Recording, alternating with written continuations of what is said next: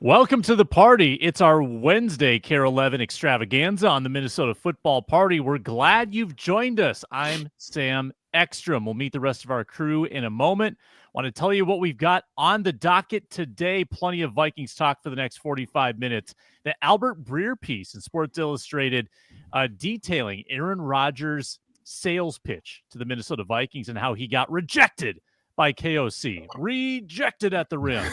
Also, the support for J.J. McCarthy, plus who could the Vikings target to help J.J. McCarthy on the offensive side of the ball in the first round. We've got some offensive prospects to discuss, as well as Jalen Ramsey on the trade block. Could that be an avenue for the Vikings to further strengthen their cornerback room? Once again, we are part of the Network, your team every day. Thanks for making us your first watch or listen today. And for your second one, check out Locked On Vikings with Luke Braun. Find our audio on the Locked On Vikings podcast feed. Let's meet the crew today. Let's whip it around and start with Reggie Wilson.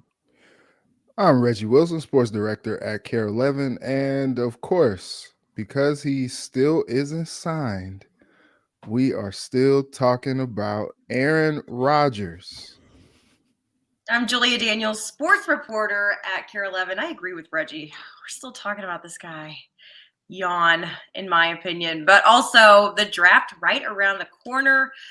Pretty stacked Vikings offense. But, of course, we have to talk a little bit more about some offensive players that are available. I'm Ron Johnson, former Gophers and NFL wide receiver, and Thanos once said something very profound in the Avengers movie. All of that. You could not put up with your failure. And it brings you back to me. I feel like that's Aaron Rodgers talking to the Vikings eventually, but we'll talk about that. And later in the show, I will explain why I don't think Jalen Ramsey makes sense for the Vikings. That'll be a little bit later. But let's start with the A topic this week. Aaron Rodgers, J.J. McCarthy talk continues. And Ron and I were talking about this Tuesday. The Vikings still don't have a backup quarterback, and they won't until after the draft. They've been pretty clear that they're saving the comp picks. It's all about the precious comp picks have to be preserved. So we won't get a backup quarterback decision until then. We got to wait at least 2 more weeks. But the report was that Aaron Rodgers knocked on KOC's proverbial door. Probably it was a text, actually, probably a cell phone call, and they chatted. And Aaron Rodgers gave him the elevator pitch. He said, "All right, Kevin, my man, Kevin, my buddy, former quarterback fraternity, right? We got to stick together. Here's my plan. I come for 1 year. We chase a Super Bowl. We win a Super Bowl together, and I'll mentor your young guy, J.J. McCarthy. I'll teach him all that I know, all the tricks of the trade, the ways to stay out of the media and say things that are smart and endear yourself to the public and not do anything rash off the field. I'll teach him all of the good ways that I conduct myself." And that sounds great, right, Kevin? And Kevin said, we'll think it over and we'll get back to you, Aaron. And then he slammed the phone down and said, "Nope, we're going with JJ." That's basically how I read it. Ron Johnson, is that an arrangement that would have interested you if it was just a 1-year thing? He's a mentor, he goes after a Super Bowl, and then gets out of here. Would that have piqued your interest? Kevin O'Connell gave Aaron Rodgers the best Jim Bros response ever. Like, it's not you, it's us. Like, we have this going, or don't call us, we'll call you. Like, we're busy this weekend. But here's the thing I think about it, and I saw Ben Lieber's tweet. Everybody's kind of bringing this up, like because Ben Lieber's take, if those haven't seen it, he doesn't know why Kevin O'Connell wouldn't jump on that opportunity.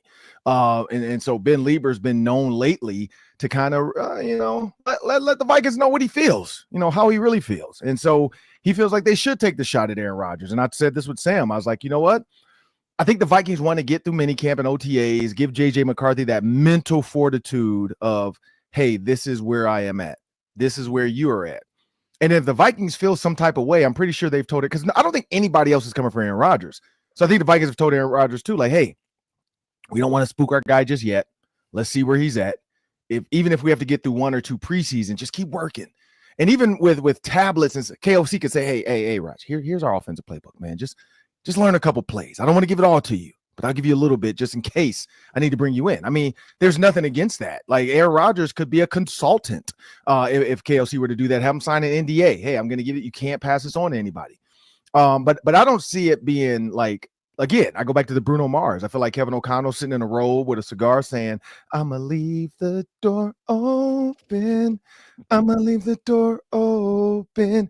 I'ma leave the door open, Aaron." I mean, he did not just say, "No, we don't." Oh, shoot.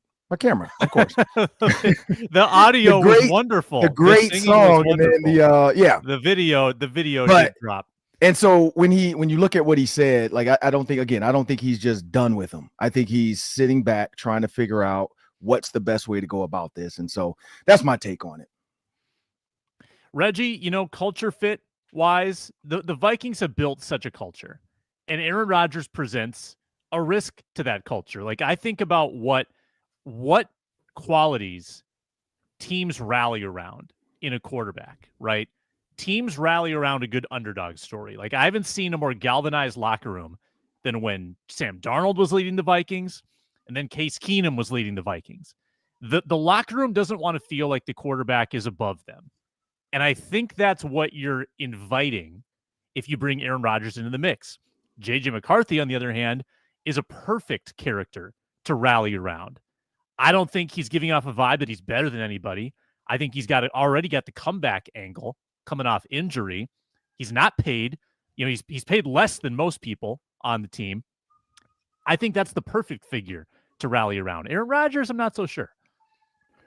Yeah, and to Aaron Rodgers' credit, I think he was probably his most humble in pitching himself and what he could do. When you start talking about being a mentor to JJ McCarthy and all that stuff, like, he's like, "Look, man, I'm just coming to you as I am, just being the guy that I can be, being a great teammate. And look, I can help you guys in your Super Bowl pursuits. And then you get a 2-for-1, baby. I'm also gonna help bring the youngster along. My experience in this league. How could that not help JJ?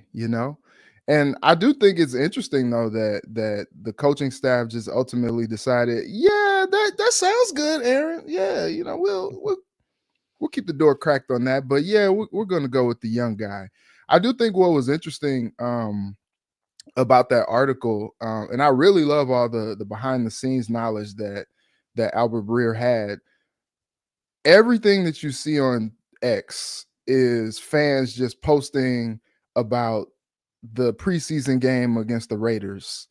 And, because that was really the biggest of what we got a chance to see with McCarthy in game action, the only game that we got a chance to see him in action in. And it's so funny because all the fans have drawn so many things about it. But it was interesting to read that the coaching staff, they pretty much feel what some of the fans were feeling as far as like his progression and what he showed in that game. And I think they felt like they gave him some homework, things to work on going into camp. And he came back and he showed that he did work on those things and he just kept progressing. And then the knee injury just kind of stalled his progress and what they were doing. I think they still probably went with, go with Darnold last year. But then, the knee injury happens and things kind of stall. But I think they saw enough. And we heard Kevin O'Connell even said, like, Minnesota should be very excited that they have their franchise quarterback for the future.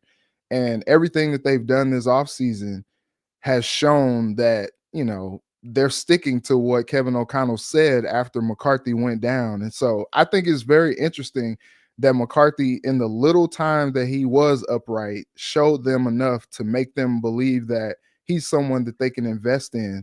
And, Kevin O'Connell, he's always joked about, the Wolves kind of giving him the runway to have a bajillion coaches in the building. But he believes in his system and all the guys that he has, from offensive coordinator Wes Phillips to Josh McCown to it was Udinski last year. He added 2 more offensive assistants this offseason in place of Udinski. All these guys just going to be voices in McCarthy's ear to help them along. And I think Rodgers saw that as well. He's just like, oh, yeah, I want some of that.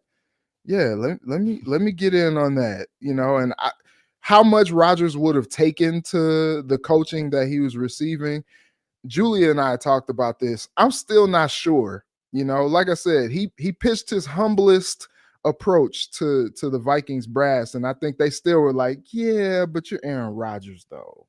And I think that was something that they ultimately weighed and decided to go in a different direction for the time being. But I think with McCarthy, they see a guy that they can mold like clay. And with Rodgers, I think they didn't want anybody or anything to kind of stunt the progress that they already saw last offseason. Yeah, Julia, like you've got one quarterback where the arrow is clearly pointing down. I mean, Rodgers age-wise, his performance, the arrow is pointing down. With McCarthy, there's so much untapped potential. And it's a heavy decision to make when you choose an unknown over Aaron Rodgers, because Super Bowl windows aren't huge. Like the Vikings probably can take a crack at this for the next 2 years with this group, and they've chosen not to burn a year on Aaron Rodgers. They want the kid with upside. It's a big decision for Kevin O'Connell to make. It's a franchise changing decision to stick with the guy that you drafted. But Julia, you said you're yawning at the Aaron Rodgers talk. You're good with you don't even want to entertain the Aaron Rodgers possibility at this point. Yeah, I think it's just more so like, of course, Kevin O'Connell is going to give Aaron Rodgers the respect that he deserves because of what his resume has on it, right? But I think he also understands the reality of the situation. And if you take a look at his time with the Jets, like, is there something about that situation that makes him so attractive to you? Because you have to be real about, like, sure, he has all these accomplishments, but now where are we in this moment in time with Aaron Rodgers? And I think the arrow pointing down is a perfect way to talk about him. I also think Kevin O'Connell's like ready to have his own young quarterback that he can. It's not about like he doesn't need Aaron Rodgers there to mentor JJ McCarthy. Kevin O'Connell is the mentor. Josh McCown is the mentor. You don't need somebody. And if you look at Aaron Rodgers' track record as of late, he has been a cancer in these locker rooms, and you talk so much about this Vikings culture.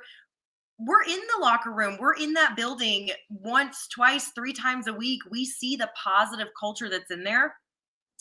And I just can't envision a way that Aaron Rodgers comes into TCO and somehow brings the vibe up. I just don't see that happening. JJ McCarthy, on the other hand, he's like a golden retriever running around there. He brings the energy. He's young. He's enthusiastic.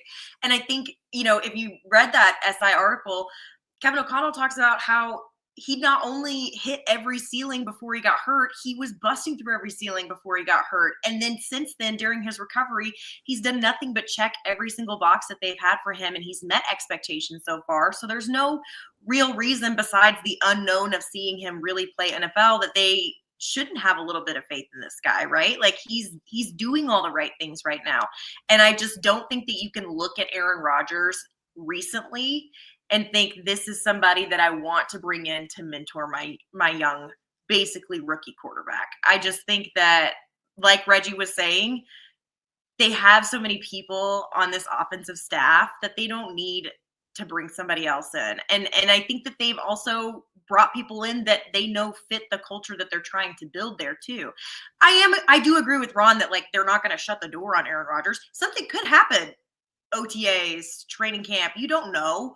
So they're not going to go and disrespect Aaron Rodgers in any kind of way, talk bad about him in the media, nothing like that. Of course not. But I do think that I understand the perspective of the Vikings. Yeah, they're kind of putting their eggs all in one basket with this young guy, but I think that that's a better option than potentially putting, a rotten egg in your basket with the rest of your eggs. So I get where the Vikings come from on this, and I don't blame them for wanting to bank on JJ McCarthy from what they've seen so far. Yeah, I think it's too easy to just say, well, Rodgers was in with the Jets. That's a dysfunctional organization. I mean, were they that bad off last year? Didn't they build everything up for last season? They brought in Devontae Adams. Their defense was not that bad. They had Robert Saleh as a head coach. When they fired him, it went off the rails. I mean, Rodgers was part of a pretty decent roster, and it didn't work out. And in Green Bay, his last year, was part of a pretty decent roster with the Packers and Matt LaFleur, who's a great coach. We all agree on this. And that was a struggle. didn't make the playoffs in his final year. So I think that there's a lot of reason why you would steer clear of this arrangement. Go with the kid that went out against the Raiders, albeit in the preseason, and absolutely looked like a franchise changer at quarterback. I like it. I like believing in your choice and believing in your development process. That's a strong culture in my eyes. Let's break. Let's come back. Let's talk pieces to put around JJ McCarthy offensively in the draft. That's next. Minnesota Football Party.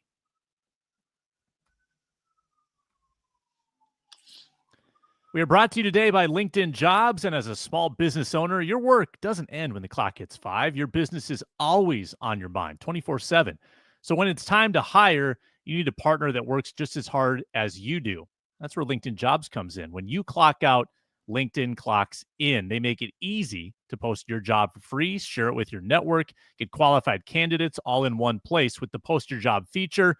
They help you write the job descriptions, quickly get your job in front of the right people with deep candidate insights. And a pro tip, add the hashtag hiring frame to your profile picture to double your reach to qualified candidates. No wonder 72% of small businesses say LinkedIn helps them find high quality hires. Post your job for free at linkedin.com/lockedonnfl, linkedin.com/lockedonnfl to post your job for free. Terms and conditions apply.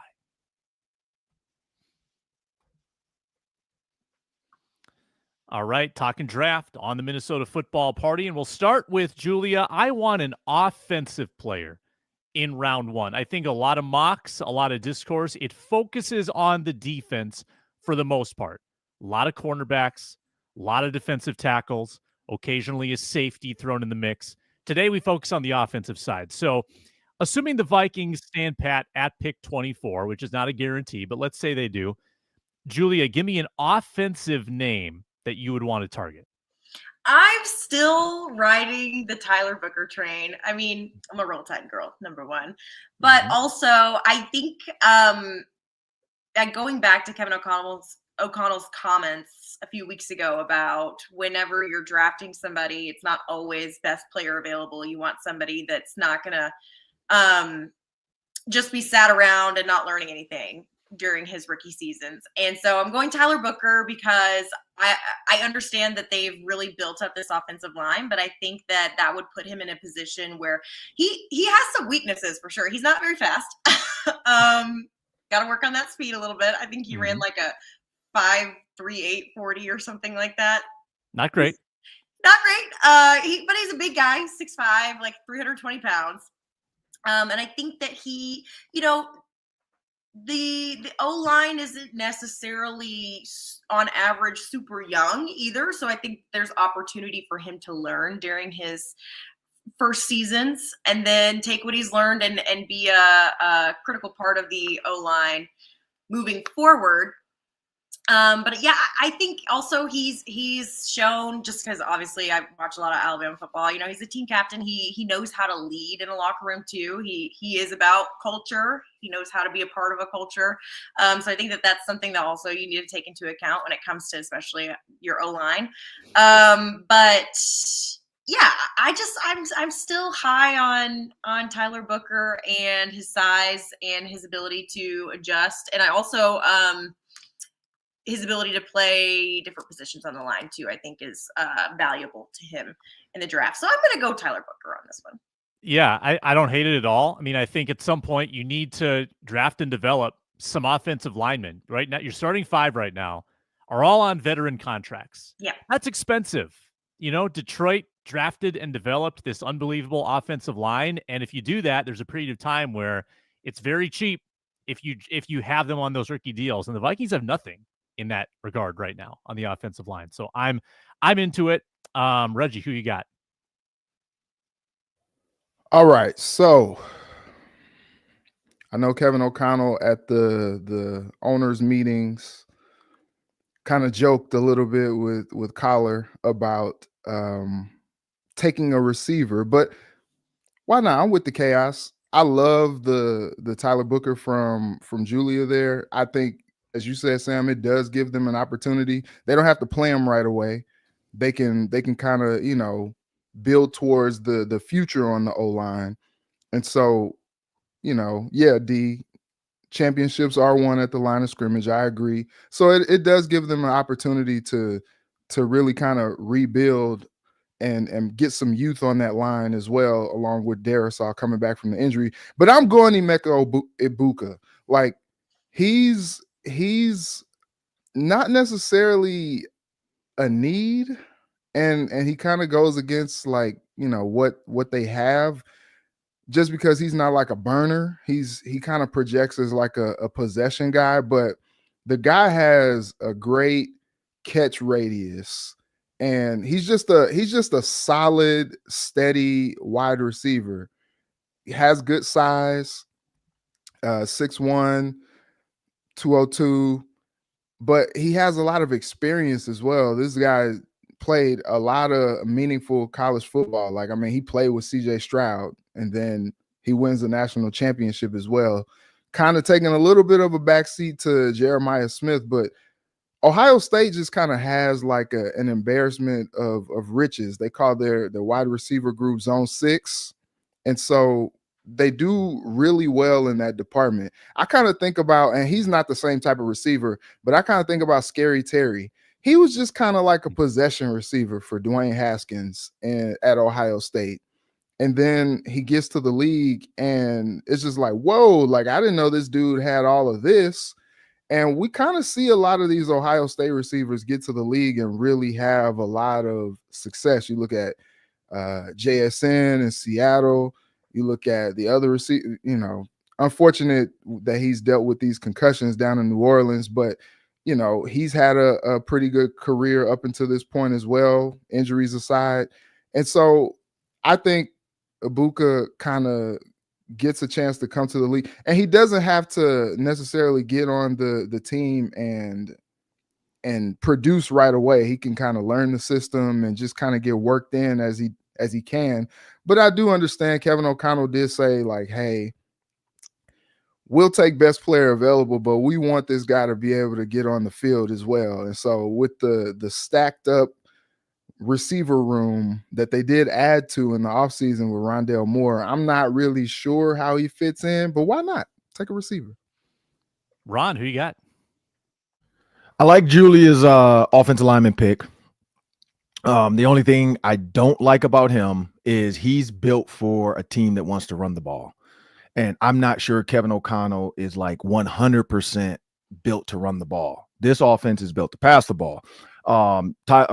Booker is for sure like a potential Pro Bowler, first-year starter, whatever team drafts him, he's going to be in there day one from training camp. I just don't know if it fits with the Vikings. A guy that I like, similar offensive lineman, Donovan Jones. I think Donovan Jackson, when you think about 6'4", 350 pounds. So him, and here's what's funny. Donovan Jackson and Tyler Booker have the same comp. They both were comped as Tyler Smith. So literally the same offensive lineman. These two are bookends. The big difference is the Vikings might be able to trade back and get draft capital to get this guy because he's rated right now the 38th overall pick. So they potentially could go back to 30, 31, 32 if he's still there and still get him with getting some comp, where Tyler Booker coming out of Alabama, NFL ready guy. I'm not sure he's going to be there. He'll be there at 24, but I'm not sure you can get draft capital when you have 3 picks. Here's the thing about Tyler Smith. Donovan Jackson hit 20 miles an hour running in a game. So when Julia brought up the other guy's 5.38, this guy ran 20 miles an hour. They put a speed limit sign out in front of our street because we got so many kids in our neighborhood.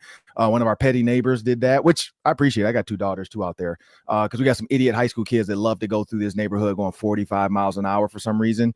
I want to go out there and run. I think I'm going to try that today. I don't know if I'm going to video and actually post it because I look horrible running now in my age with my hips and my knees.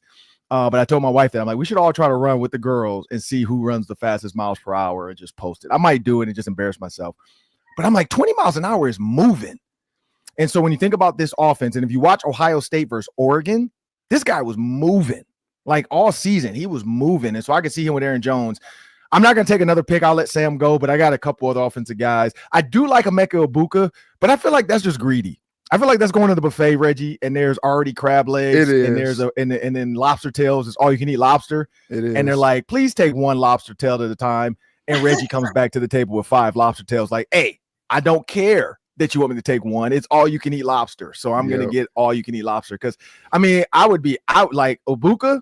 I might take my shirt off and run through US Bank Stadium if they draft him at receiver, because that's just an embarrassment of riches. Yeah.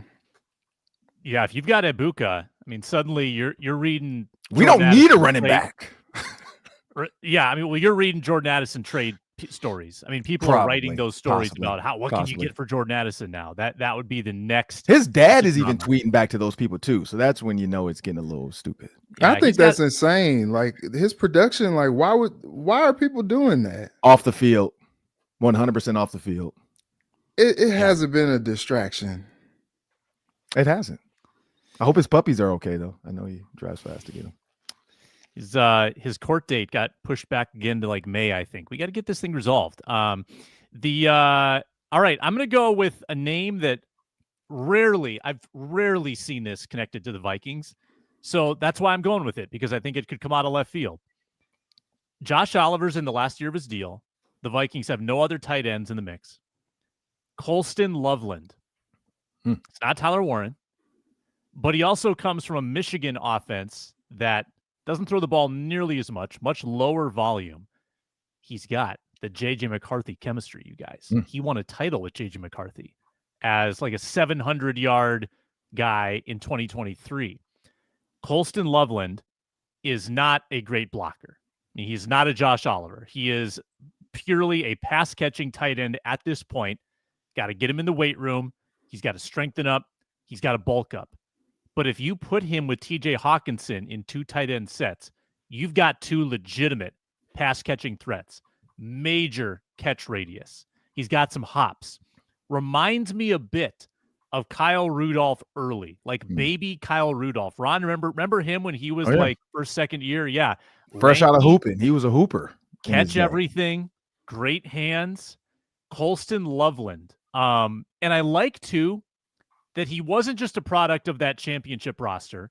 He produced that year, but then with like a really bad offense last year and terrible quarterback play, he still put up numbers. He was one of the most efficient tight ends in the country, fairly low volume, like 80 targets in a year. That's not a ton, but it's not nothing either. You know, Tyler Warren is setting all the marks, but Colston Loveland, don't sleep on him. But at number 2, he's a top 15 though, Sam. How do you go get him? I love that. Colston? I love that pick. Yeah. I don't know if you think he is. I think Tyler is. People are saying, see, that's the thing. A lot of people have it reversed. They have Loveland ahead of Tyler Warren. That's why I actually like Tyler Warren. I think that if he's there, 6'6", 257, 58 pounds, he's dropping still that there. Far. No, he's not dropping that far. But Loveland could be there. He could be there. There's just a couple of unicorns that I refuse to believe that the Tyler Warrens of the world are dropping that far. Like Kenneth Grant. Hey, we got Justin Jefferson and nobody thought he'd be there. So I know we might get lucky. Some people have Will Johnson dropping now. Will Johnson. I know. Yeah, that was his injury though. His injury. So when he did his workout, he couldn't do some stuff similar to just dropped. Justin Wally.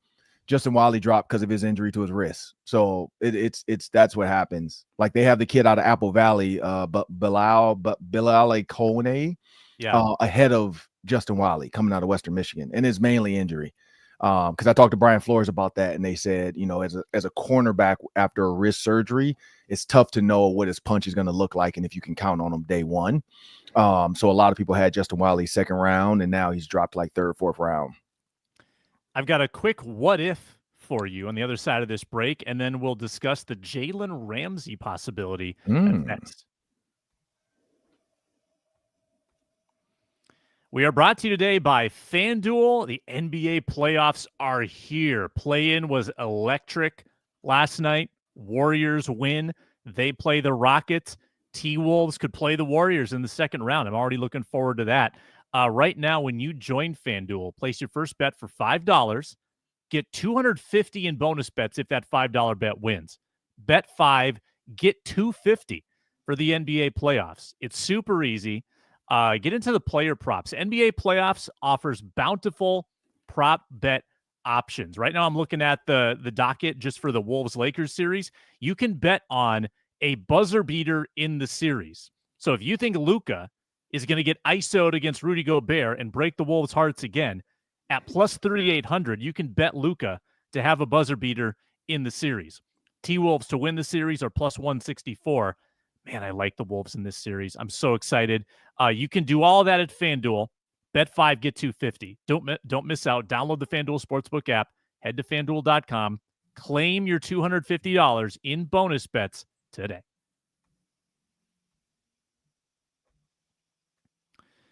All right, fill in the blank, and we'll start with Reggie.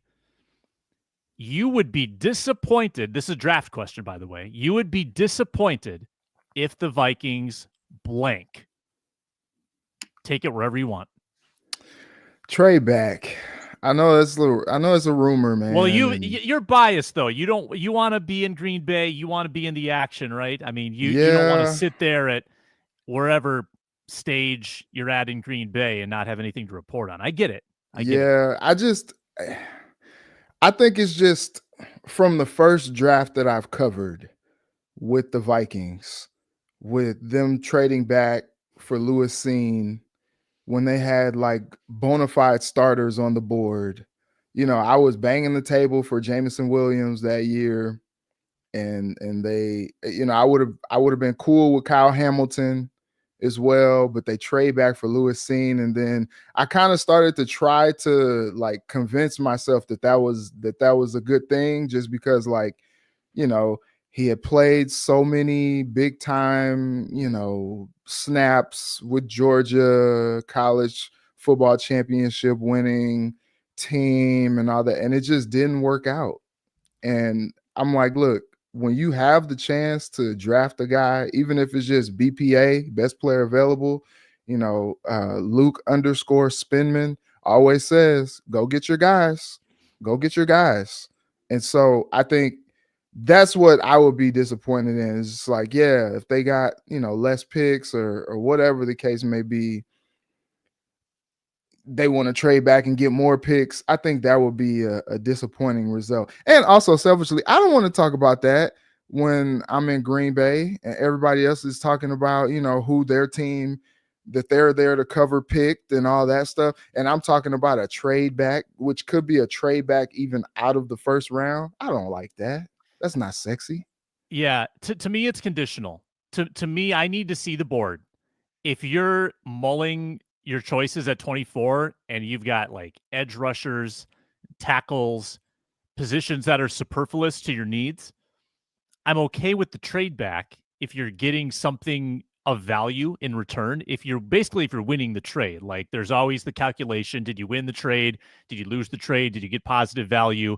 I need to see the return, and I need to see who they're passing on. If they are staring at Jahdae Barron and Kenneth Grant and like Benjamin Morrison, that would disappoint me. If you're staring at areas where you need young players and you pass on that, then I would be disappointed with a trade back. Even if you do win the trade, quote unquote, that would be a bummer to me. You've already passed on Jordan Davis, I believe, in the draft when you took or when you traded back and didn't take Jameson Williams. But Julia, what would disappoint you? You'd be disappointed if the Vikings what? I mean, I agree with Reggie. I'd be disappointed by that too. I think also, I think I would be disappointed if they went for a running back that wasn't like the best player. I mean, even then, I don't know if you want to run. I feel like they've addressed the need at running back, and so yeah, it would be hard to get excited about a guy at 24 in that position, considering what they already have in that room right now. So for me, it would be like, you've addressed this need, you've taken care of it, you have one of the best backup running backs in the league.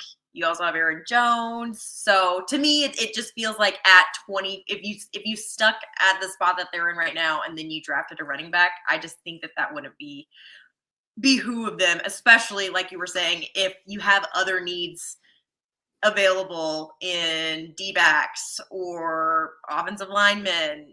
those kind of positions, and then you just went with a running back because you're so hyper-focused on weapons on the offense. So for me, yeah, I think I would be disappointed in that, because I think once you get down to pick 24, I just don't see anybody that is like, yeah, this is a great fit for the Vikings right now. And also, they're not, like we talked about, they're not really a team that runs the ball a ton anyways. So, yeah, that's kind of where I would sit right now. Is I don't think it would be a great investment to go with a running back. We've got a Bo Scadaboo fanatic in the chat who's pitching that one. I've seen him projected to go to the Vikings, but I mean, big fan of the guy, but I just don't know if that's necessarily. Nah.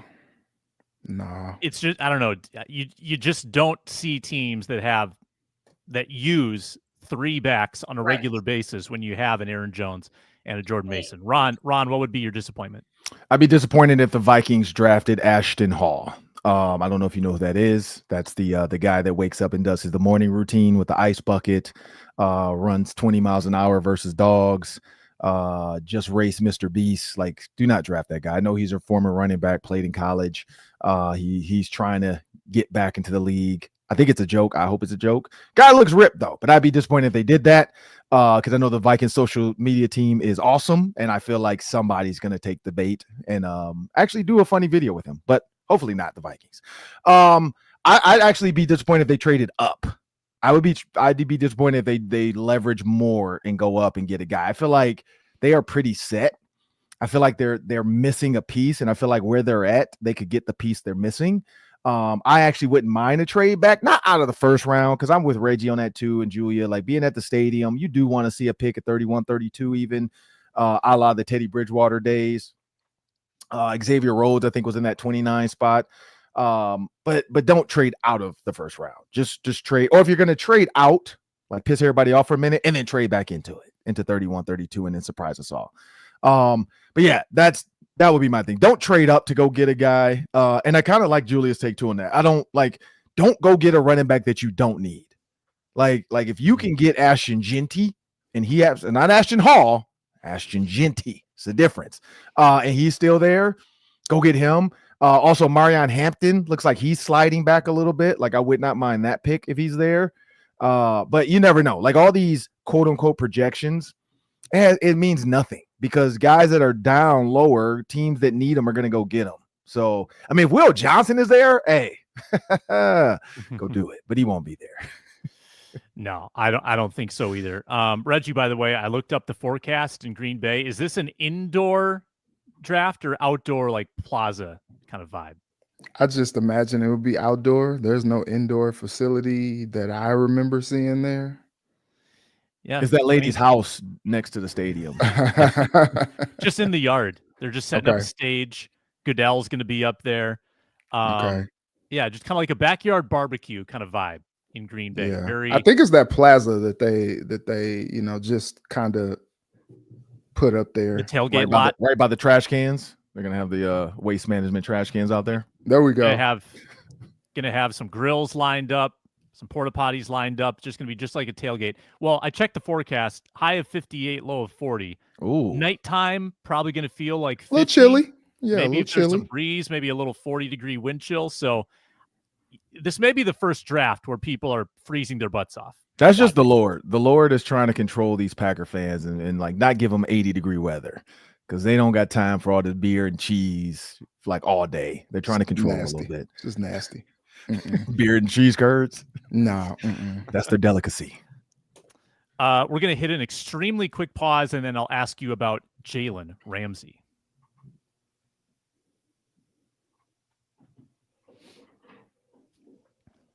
Jalen Ramsey is on the trade block. He is an extremely expensive player for the Dolphins, and this is going to make the trade talks complicated. This contract stinks.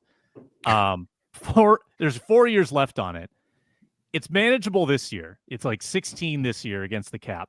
Then it goes up to 25, then 28, and then $36 million. I mean, and he's beyond 30 already. I don't know how he negotiated this contract, but his agent deserves a raise. That's an incredible deal. I think he had restructures like 2 years in a row at his age. Good player, though. Good player. I like the player. I like Jalen Ramsey as a player. He's got the KOC connection. They won a Super Bowl together in LA. Here's why I can't sign up for it. And I don't think he's going to cost that much in a trade. I just think the contract's too bad that no one's going to give up a first-round pick. At best, maybe Miami gets like a future day 2 pick in the draft. But I looked at the Vikings cap sheet, not for this year, but for next year. The Vikings are over the salary cap next year. They are last in the league in cap space because they've committed so much money down the road. A lot of these contracts, they start low, then they escalate. They're backloaded. And a lot of it hits next year. I think Jefferson's gets pricey next year as well. I don't think they can take that on. I mean, sure, you can carve out space creatively. You can restructure deals. I don't think I want to sign up for a $25 million corner next year. If you cut him, you still have to pay him 18. So I'm out on Jalen Ramsey financially. I like the player. I would love him for 1 year. I don't think I want the commitment. Reg, where do you stand? I mean, I would love to have him here. I think, it's weird. It seems like Jalen Ramsey has lived like 5 or 6 lives already in the league.